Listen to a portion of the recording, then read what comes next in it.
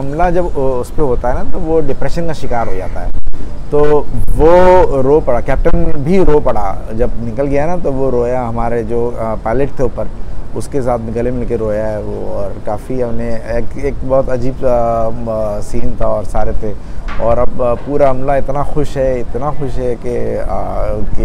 Time इसके लिए लगा कि एक तो चैलेंजेस आप देखें क्या थी। ज़मीन एक चैलेंज था, पानी स्वेल चैलेंज थी, और हवा एक चैलेंज था। इसके अलावा शैलो वाटर चैलेंज था जो 2500 मीटर पे हमको मिल रहा था। जहाज़ के अंदर जो सामान था, वो जो कंटेनर थे, वो सब खाली कंटेनर थे बेसिकली। जो इसका ऊपर जो वेट था वो 1000 टन वेट था उसका। टोटल वेट इसका 2600 टन था। उन्होंने हमको अलाउ किया काम करने के लिए, तो ये फिर ऊपर आ चुका था। लेकिन हमारा सबसे पहले क्वेश्चन ये था कि इस एरिया का सर्वे नहीं हुआ था, तो इस एरिया पे सर्वे करना इम्पोर्टेंट था।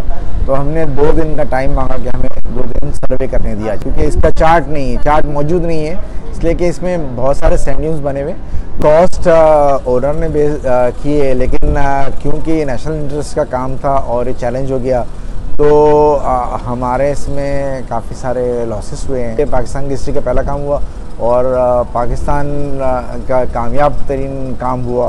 ये बड़ा यूनिक था मेरी लाइफ में। I think one of the most challenging experience, और इसमें हमें बहुत ज़्यादा सीखने का भी मौका मिला।